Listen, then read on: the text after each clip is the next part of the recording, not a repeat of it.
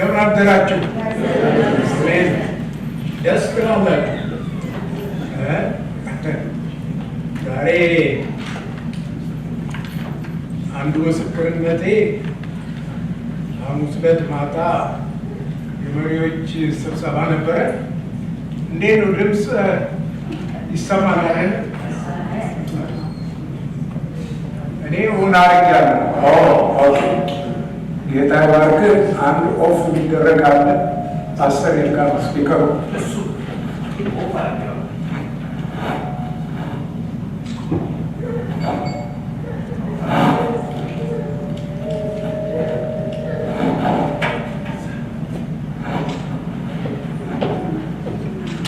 እሺ ትንሽ ኤኮ አለው።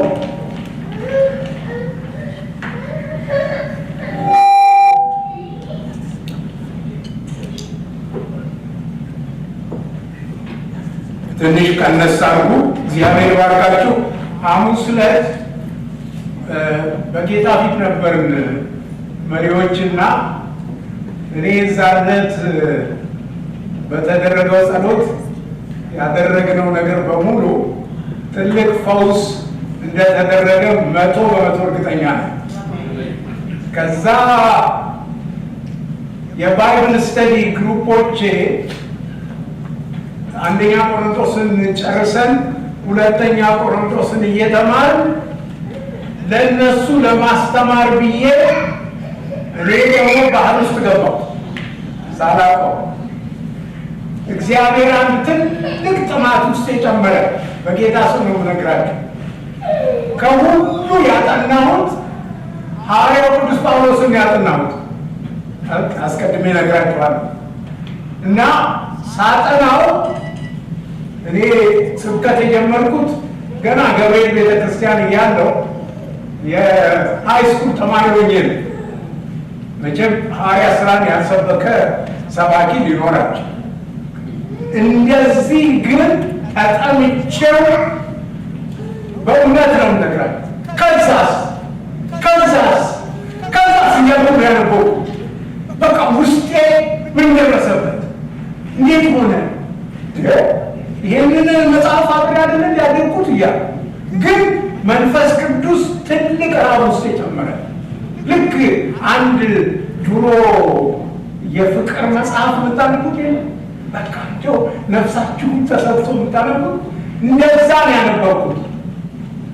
ውድ መሆኑ ምዕራፍ 18 ላይ ስደርስ ሉቃስ ሮም አስገባኝና ተወበቅ ጉዴ ፈላ። እኔ እኮ ምን ሆነ ተፈረደበት ወይ ምን ደረሰበት እያልኩ ነው እያየለው ተወኝ አልኳቸው።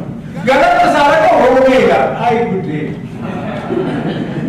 ደግነቱ የድሮ ክርስቲያን መሆን ብዙ መጽሐፍ ማንበቤ ከዛ ተረፈ። ልነግራችሁ የማልችለው እውቀት መጠማት ብቻ አይደለም፣ እግዚአብሔር መንፈስ ቅዱስ ድንቅ ነገር ሳይታይ በእውነት ነው የምላችሁ። ዛሬ ደግሞ ጠዋት መጣ ስመጣ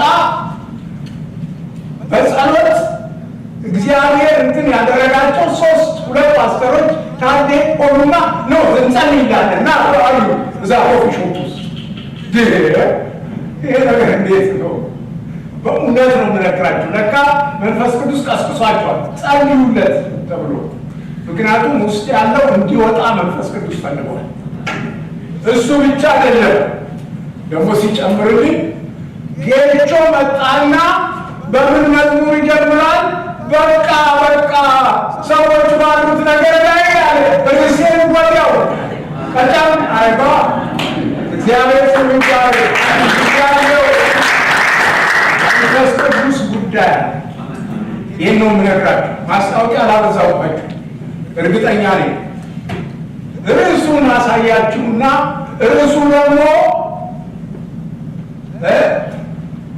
መዋስ አይቻልም። የኔ ነው የሰጠኝ ደግሞ መንፈስ ቅዱስ። ኦኬ አይቻልም፣ ክልክል የቀለድኩባቸው ነው። ከመጀመሪያው አድርግልኝ ፕሊዝ።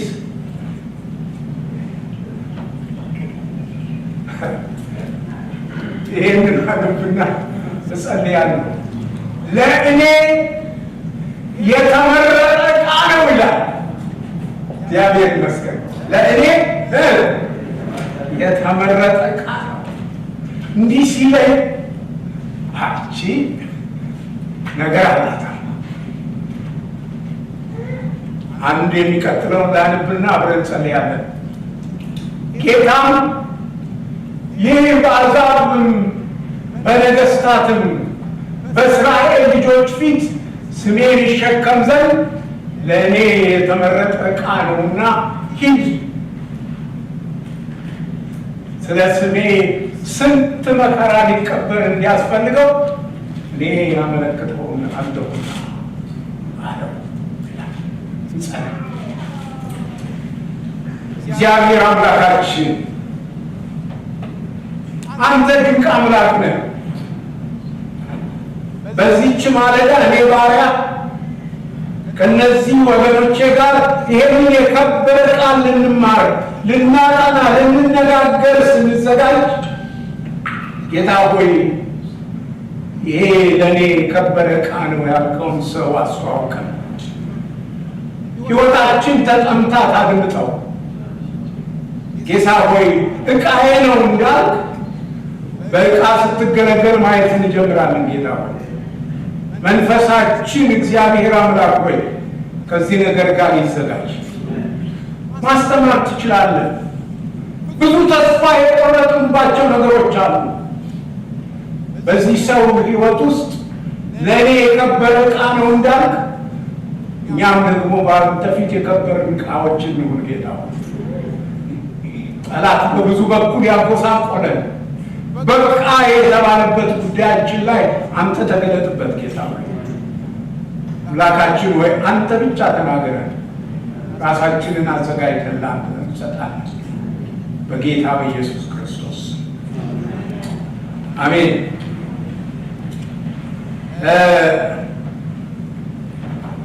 አንድ ክፍል እናወጣና ከዛ ክፍል ጀምርና እናነባለን።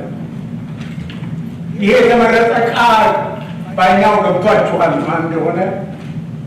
በአሕዛብ በነገሥታት በእስራኤል ልጆች ፊት ስሜን ይሸከማል ለምን እንዳለው አብረን እናይና ስለ ስሜ ስንት መከራ ይቀበላል ሲለው ምን ማለቱ እንደሆነ አብረን እንመረምረዋለን። ኤርምያስ ምዕራፍ 18 ነው። አብረን መንፈስ ቅዱስ የሚለን እንሰማለን። ኤርምያስ 18 ከቁጥር 1 ጀምሬ እስከ ቁጥር 4 አነባለሁ። በጌታ ስም አነበዋለሁ። ከእግዚአብሔር ዘንድ ወደ ኤርምያስ የመጣ ቃል እንዲህ አለው ይላል። ተነስተህ ወደ ሸክላ ሰሪ ቤት ውረድ፣ እዚያም ቃሌን አሰማሃለሁ። ወደ ሸክላ ሰሪው ቤት ወረድ። እነሆ ስራውን በመንኮራኩር ላይ ይሰራ ነበር። ከጭቃ ይሰራው የነበረ ዕቃ በሸክላ ሰሪው እጅ ተበላሽ። ሸክላ ሰሪው እንደወደደ መልሶ ሌላ ዕቃ አድርጎ ሰራውናል። ተመልከቱት። ኤርምያስን የሚለው ተነስ ወደ ሸክላ ሰሪው ቤት ሂድ። እኔ መሆን ለምን እየጠይቃል እዛ ስንደርስ መልእክት አለኝ የምታደርገውን ነገር አለዋል። ብትዘለኝስ ነው ምለው እኔ የምሰራውን ነገር ቀድመህ ንገረኝ። እግዚአብሔር ግን ውረድ። ወዴት? ሸክላ ሰሪው ቤት። እዛ ስንደርስ ቃል አለኝ። እዛ እናንተ እግዚአብሔር ሰዎች በሕይወታችን እግዚአብሔርን ለምን ብለን ስንጠይቅ አንዳንድ ጊዜ በሕይወታችሁ የከበረ ነገር ብታገኙት ያን ጊዜ እንዳይመስላችሁ እሺ ብላችሁ ስትሄዱ ብቻ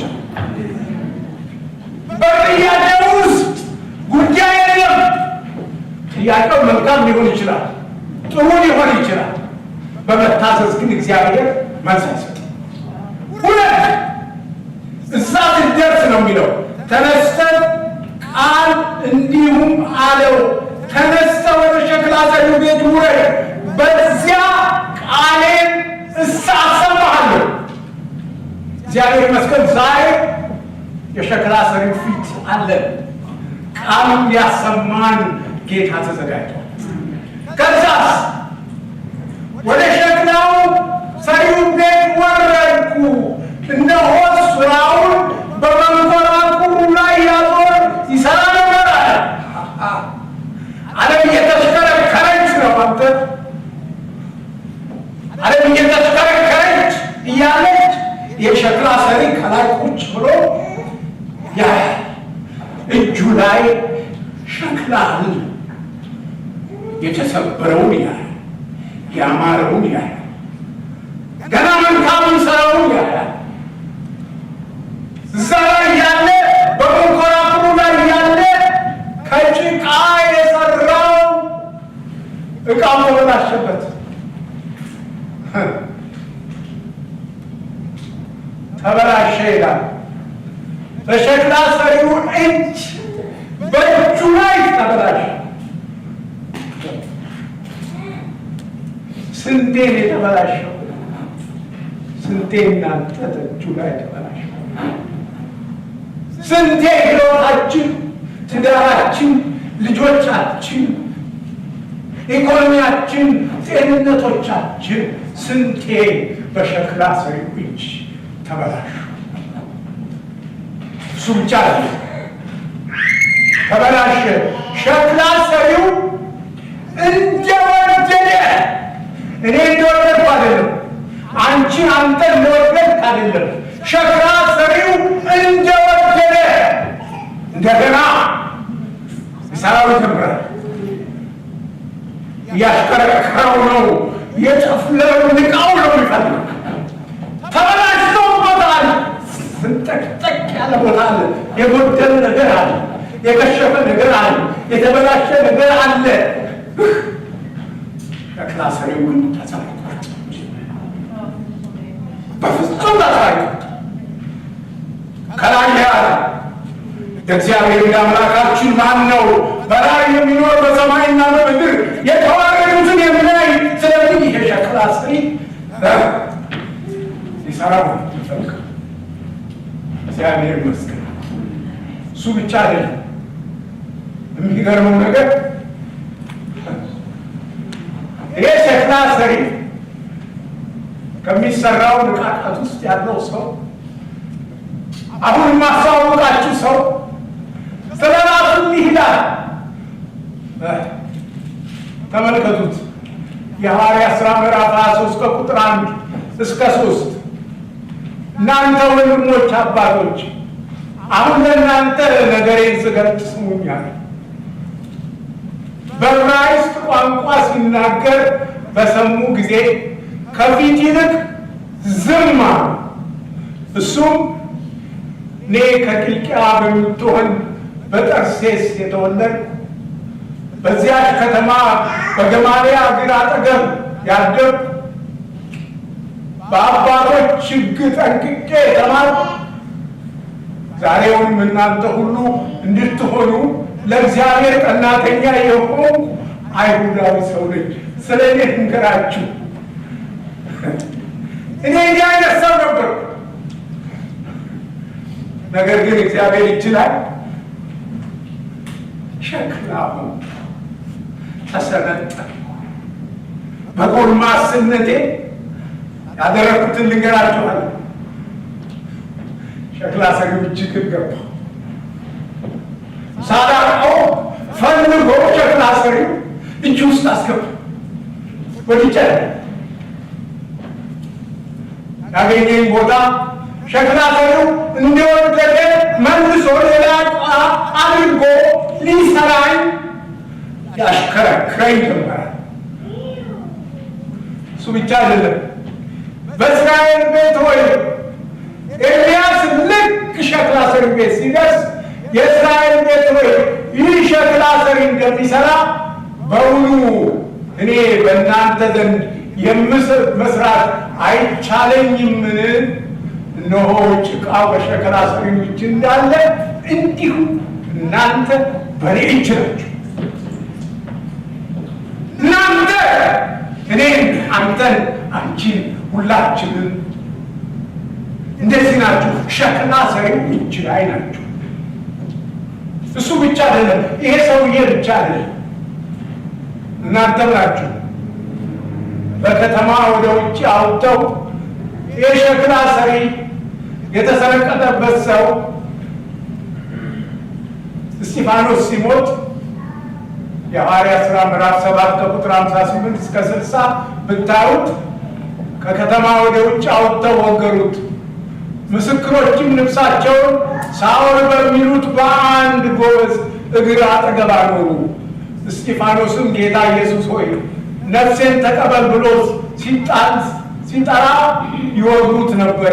የዛን ዕለት ያ ሸክላ ተሰበረ። ማን ነበረ ጠባቂው? ሳውል የሚሉት ምን ጎበዝ ጀግና፣ በገማልያል ወንበር ላይ የተማረ ምሁር፣ ልብስ ሲጠብቅ የነበረ እሱ ብቻ ነው ብላችሁ ነው? እንደገና እንዲገላቸው በውጭ ግን የጌታን ደቀ መዛሙርት እንዲገላቸው፣ ሳውል ግን የጳውሎስ የመጀመሪያ ስሙ ሳውል ስለሆነ ነው። ሳውል ግን የጌታን ደቀ መዛሙርት እንዲገላቸው ገና እየዛተ ወደ ቂልቅያ ካህናት ሄደ። በዚያ መንገድ ያሉት ሰዎች ወንዶች፣ ሴቶች ቢያገኝ እያሰረ ወደ ኢየሩሳሌም ሊያመጣቸው አጅሬ ጴንጤን ሲያባርር ተመልከቱ። እያሰረ የት ሊያመጣቸው? ኢየሩሳሌም ይዟቸው ሊመጣ ሊያስረክባቸው፣ ጭዳ ሊያደርጋቸው። አያችሬ ነገር ግን የእስራኤል አምላክ የሰራዊት ጌታ እግዚአብሔር እንዲህ ይላል፣ ብዙ ቀን ይጠበቅ ዘንድ የታተመውንና የተከፈተውን ይህን የውል ወረቀት ወስደህ በሸክላ ዕቃ ውስጥ አኑረው። አንድ ውል ልንፈራረም ነው አለ እግዚአብሔር። ከማን ጋር?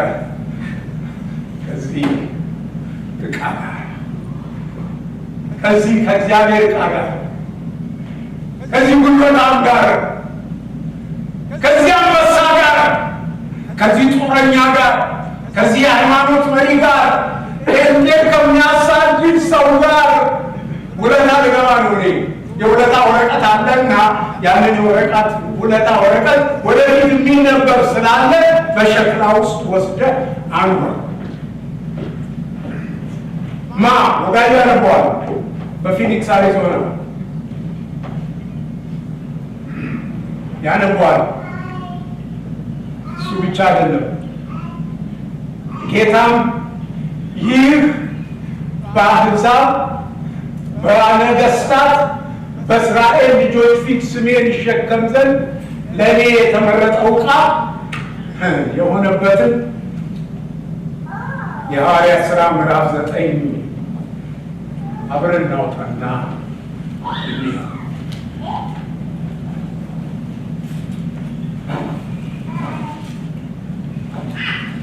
ቁጥር 10 ላይ ላንበው። በደማስቆ ሐናንያ የሚሉት አንድ ደቀ መዝሙር ነበረ። ጌታም በራእይ ሐናንያ ሆይ አለው። እሱም ጌታ ሆይ እነሆኝ አለ። ጌታም ተነስተህ ቅርብ ወደሚባለው መንገድ ሂድ፣ በይሁዳ ቤት ሳውል የሚሉትን አንድ ጠርሴስ ሰው ፈልገህ እነሆ እሱ ይጸልያልና ሐናንያ የሚሉት ሰው ገብቶ ደግሞ እንዲያይ እጁን ሲጭንበት አይቷል አለው።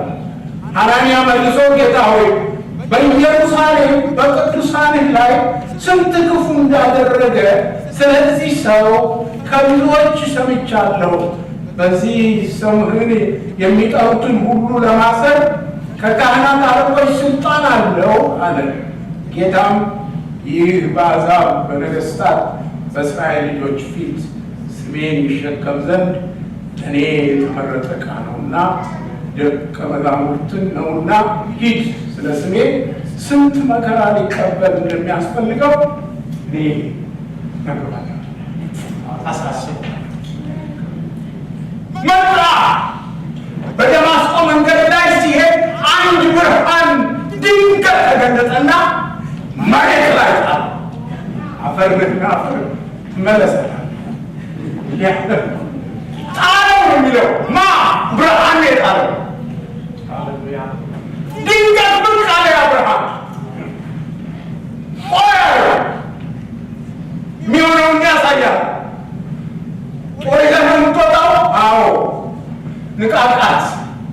ቆይ የምትሰራውን እኔ እነግርሃለሁ። ምንድን ነው የማደርገው? በአሕዛብ በነገሥታት በእስራኤል ልጆች ፊት ስሜን ይሸከም ዘንድ እንዲህ ይለውጣል። ጌታ እንዲህ ይቀይራል። ስለ ልጆችህ፣ ስለ ትዳር፣ ስለ ጤንነት የምትጨነቅ ሰው አለ እዚህ? እግዚአብሔር መለወጥ ይችላል። ይህን ሰው የቀየረ እግዚአብሔር ዛሬም በዙፋኑ ላይ አለ። ይህን ሰው ያስተካከለ እግዚአብሔር ዛሬም በዚች ቤተክርስቲያን አለ፣ በዙፋኑ ላይ አለ። እኔ አሁን ጠርቼ ጌቾን ወይም ሌላ ሰው ጠርቼ ዕቃ ብለው እንዲያው ጨዋ ከሆነ ጌታ ይገስጽ ብሎ ይሄዳል አይደል? አዳማዊ ባህሪው ደግሞ ብቅ አለች። ምናልባት እንደታደለ ደስታ በግንባሩ ግንባሩ ፍለጋ ሄድ ይሆናል። ምናልባት ማለት ከሁለት አንዱ ሊሆን ይችላል። እግዚአብሔር ግን የኔ ዕቃ የምሰራበት ዕቃ የሚለው ሰው ከዛ የሆነው ልንገራችሁ፣ ያስደንቅ። ይሄ ሰው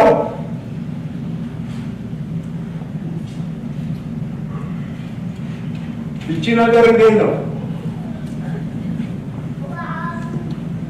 ገዛ ሳልፈልግ ቀራለሁ ብለንም እስቲ ዋን ፎርወርድ ቆይ ተዋል ወደ ኋላ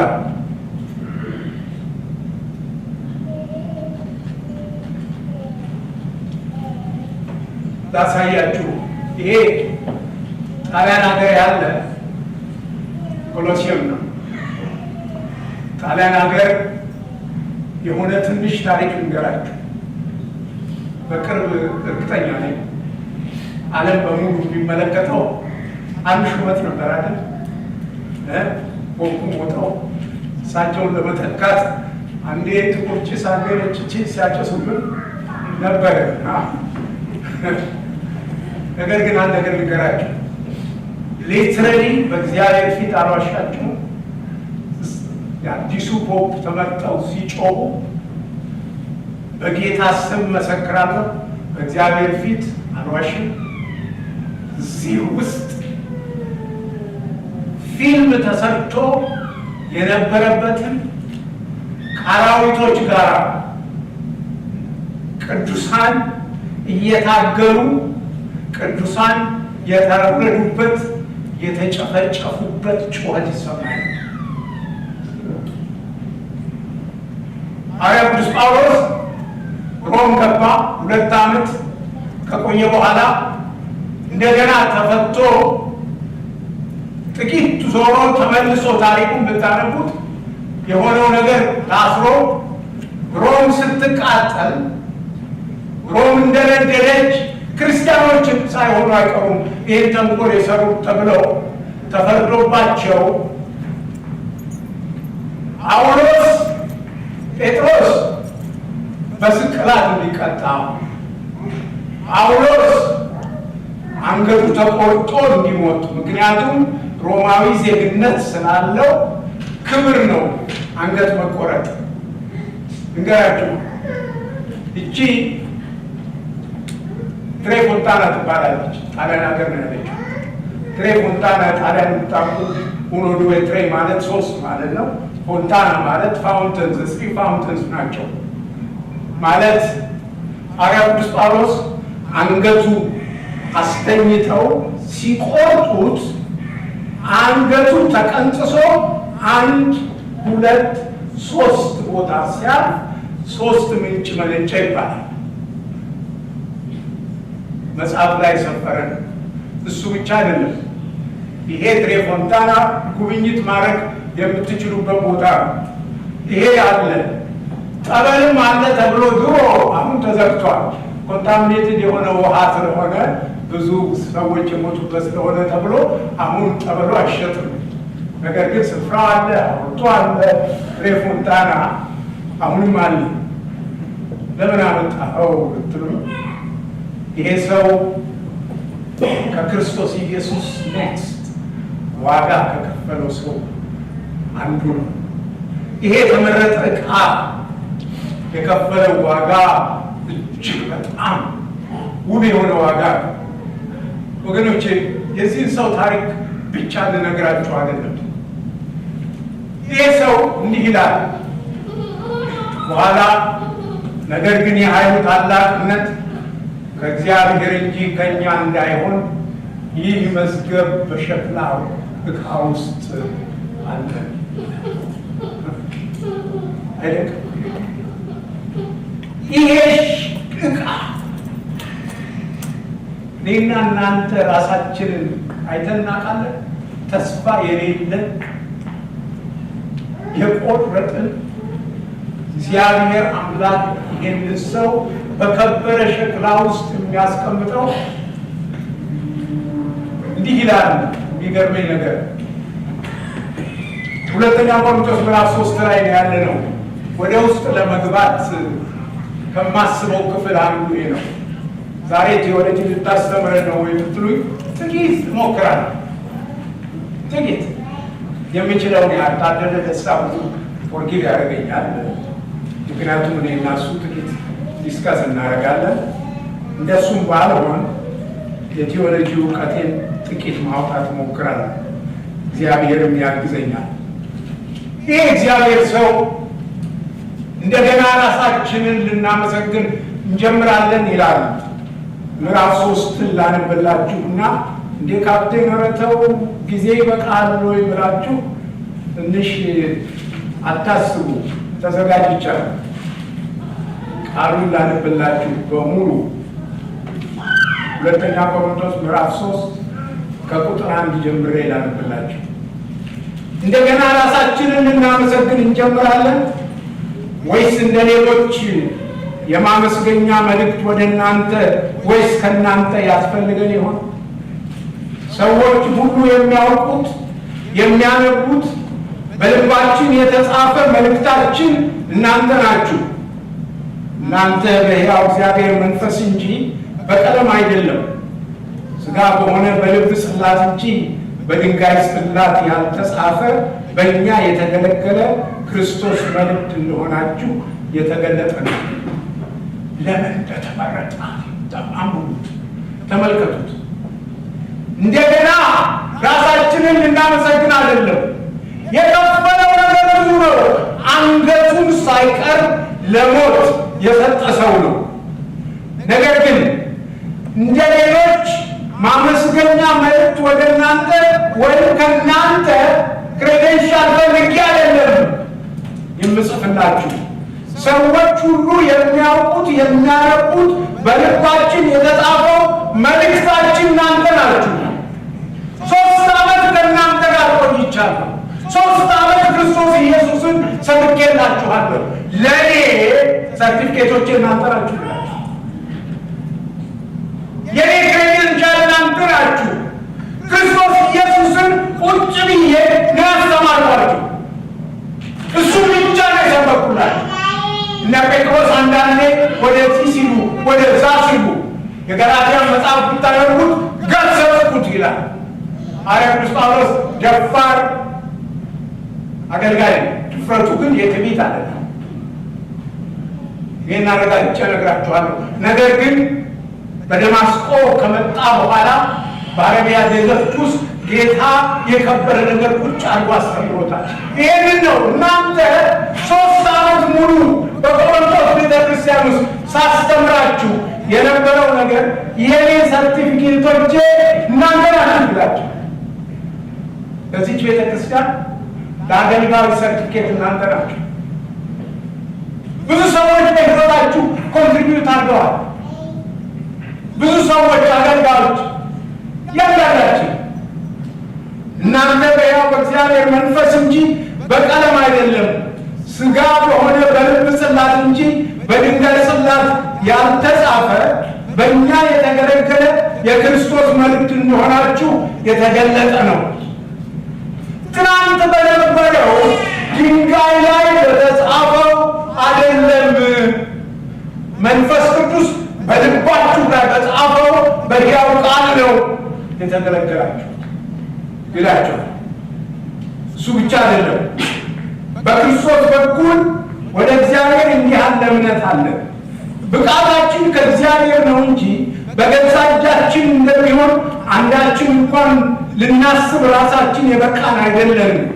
እሱም ደግሞ የመንፈስ እንጂ በፊደል የማይሆን ለአዲስ ኪዳን አገልጋዮች እንሆን ዘንድ አበቃን። ፊደል ይገድላል፣ መንፈስ ግን ሕይወትን ይሰጣል ይላቸው። ምን እያላቸው ነው? ይገላችሁ ይላቸዋል። ሙሴ ሲመጣ ፊደል ነው የተሰጣችሁ። ፊደሉ ድንጋይ ላይ ነው የተቀረጸው። ፊደሉ ያደረገው ነገር ቢኖር የቦታ አገልግሎት ነው የሚሰጣችሁ። ቃሉን አምብላችሁ የቦታ አገልግሎት ነው የሚሰጣችሁ። ለምን? ያ ፊደል መጥቶ የተጻፈው ማንነታችሁን እርቃናችሁን ያሳያል በእግዚአብሔር ፊት። ለምን? በአንዲቷ ሕግ ከተላለፋችሁ በሁሉም ጥፋተኞች በደለኞች ናቸው። በዚህ የተነሳ ምንድን ናችሁ? ተጋልጣችሁ ነው የምትቀመጡት። የኃጢአት ደሞዝ ምንድን ነው? ሞት ነው። በዚህ የተነሳ ለሞት አጋልጦ ነው የሚሰጣችሁ። ይሄ የፊደል አገልግሎት በክርስቶስ ኢየሱስ ያገኛችሁ ሕይወት የሚሆን በልባችሁ ጽላት የሚጻፍ ማለት ነው። ይሄ ነው የሚያስፈልጋችሁ ናቸው። እሱ ብቻ አይደለም። እሱ ደግሞ በመንፈስ እንጂ በፊደል የማይሆን ለአዲስ ኪዳን አገልጋዮች እንሆን ዘንድ የበቃን። ፊደል ይገድላል፣ መንፈስ ግን ሕይወትን ይሰጣል። ዳሩ ግን የእስራኤል ልጆች ስለዚያ ስለተሻረው ስለፊቱ ክብር የሙሴን ፊት ትኩር ብለው መመልከት እስኪሳናቸው ድረስ ያ በፊደላት በድንጋዮች ላይ የተቀረጸ የሞት አገልግሎት በክብር ከሆነ የምን አገልግሎት? የሞት አገልግሎት ቀዳል ሰው የምን አገልግሎት? የሞት አገልግሎት። እሱ ብቻ መሰላችሁ? እንደዚህ ያቆም መሰላችሁ? እንደገና የመንፈስ አገልግሎት እንዴት ይልቅ በክብር አይሆንም? የኩነኔ አገልግሎት ክብር ከሆነ ይህ የጽድቅ አገልግሎት በክብር አብስቶ ይበቃል። የምን አገልግሎት? እንደገና የኩነኔ አገልግሎት የሚላቸው እንደው እኮ የተገለጸለት እኮ ሰው ለምት እኮ ነው አገቱ የተቆረጠ እግዚአብሔር አሁን እኮ ነው ምናገራቸው። እንዲህ አይነት ቴዎሎጂ እኮ ነው ጴጥሮስ እኮ ብዙ አላስተማረም። እሱ ብቻ ነው። ተመልከቱ፣ ሕጉ ሲሰጥ እኮ በክብር ነው የተሰጠ። በሲና ተራራ ላይ በክብር ሲሰጥ ተራራውን የነካ ሳይቀር እስኪሞት ድረስ ነበረ። ክብር ነበረው። የክብር አገልግሎት ይሰጥ ነበረ። ነገር ግን ያ የተሰጠው የሞት አገልግሎት እናንተን እርቃናችሁን ራቁታችሁን አጋለጣችሁ። በቃ ምን ትሆን? በስርዓትማ ምክንያቱም አይሁዳውያን ደግሞ አደገኞች ናቸው። ከአስሩ ሕግ አባስተው 616 ሕግ አድርገውታል። በአንዷ ከተሳሳት በሁሉ ይፈረድባል። ስለዚህ የሞት አገልግሎት የሚባል እኮ ለዚህ እኔ ለሞት ያሳጣኝ አገልግሎት ነገር ግን አላቸው ይሄ ለሞት የመጣው ክብር ከሆነ አሁን በክርስቶስ ኢየሱስ የሆነው የሕይወት አገልግሎት እንዴት ይበልጥ! ሃሌሉያ! እሱ ብቻ አይደለም። ያ የከበረ እንኳን እጅግ የሚበልጠው ክብር ምክንያት በዚህ ነገር ክብሩን አጥቷል። ያ ይሻር የነበረው በክብር ከሆነ ጸንቶ የሚኖረውማ እጅግ ይልቅ በክብር ሆኗል። እንግዲህ እንዲህ ያለ ተስፋ ካለን እጅግ ገልጠን እንናገራለን። የዚያን ይሻር የነበረውን መጨረሻ ትኩር ብለው የእስራኤል ልጆች እንዳይመለከቱ በፊቱ መጋረጃ እንዳደረገ እንደ ሙሴ አይደለም። ነገር ግን ሀሳባቸው ደነዘዘ። ብሉይ ኪዳን ሲነበብ ያ መጋረጃ ሳይወሰድ እስከ ዛሬ ድረስ ይኖራል። በክርስቶስ ብቻ የተሻለ ነው። ነገር ግን እስከ ዛሬ ድረስ የሙሴ መጽሐፍ በተነበቡ ጊዜ ያ ሁሉ ያ መጋረጃ በልባቸው ይኖራል። ወደ ጌታ ግን ዘወር ባለ ጊዜ ሁሉ መጋረጃው ይወሰዳል። ጌታ ግን መንፈስ ነው። የጌታ መንፈስ ባለበት በዚያ አብነት አለ። እኛ ሁላችን በመጋረጃ የማይከደን ፊት የጌታን ክብር እንደ መስታወት እያብለጨለጭን መንፈስ ከሚሆን ጌታ እንደሚደረግ ያን መልክ እንመስል ዘንድ በክብር ወደ ክብር እንለወጣለን። የሚላቸው አንድ ነገር ነው።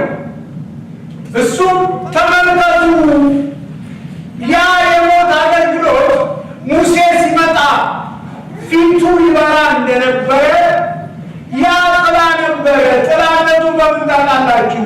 የሙሴ ሕግ እንደ ጨረቃ ብርሃን ነው። የሙሴ ፊቱ ሲያብለጨልጭ ፌድ አድርጎ እንዳለቀ በጨረቃ መጣ ማለት ነው። በጨረቃ ስታደርጉበት አመጣና ብርሃኑ ኢየሱስ ሲገለጥ ያ ፌድ ያደረገው ነገር ጠፋ።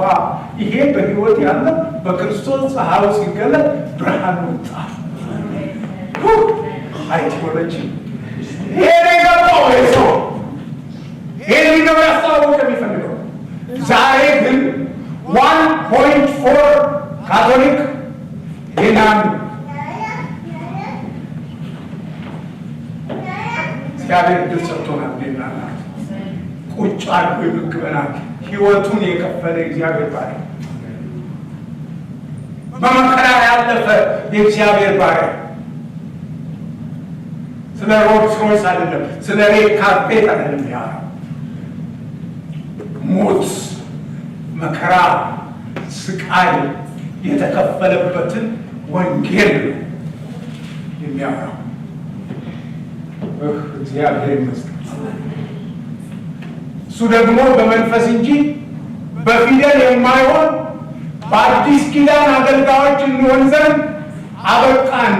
ፊደል ይገላል፣ መንፈስ ግን ሕይወትን ይሰጣል።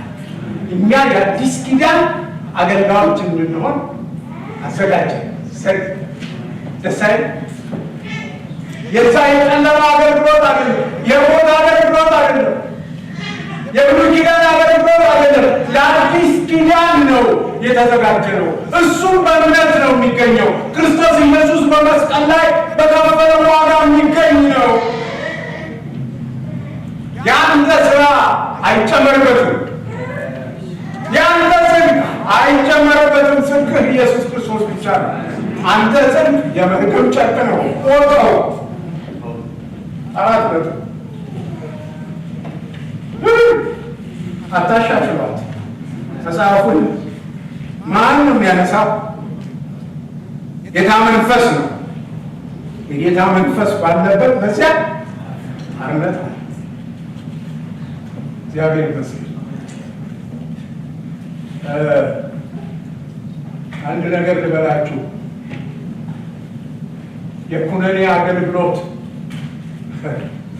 እችን ቤታችሁ ይዛችሁ አንብቧት። እንዴ እኔ ያነበብኩት ላይ ሮድን መጽሐፍ አንብቤዋለሁ ነው ያልኩት። ወይ የኩርን ያገልግለው አታስቡም? አሳጣው ራሱ ወደ ውስጥ እንዲገባ ነው ዝም ብላችሁ ገና ታነባላችሁ።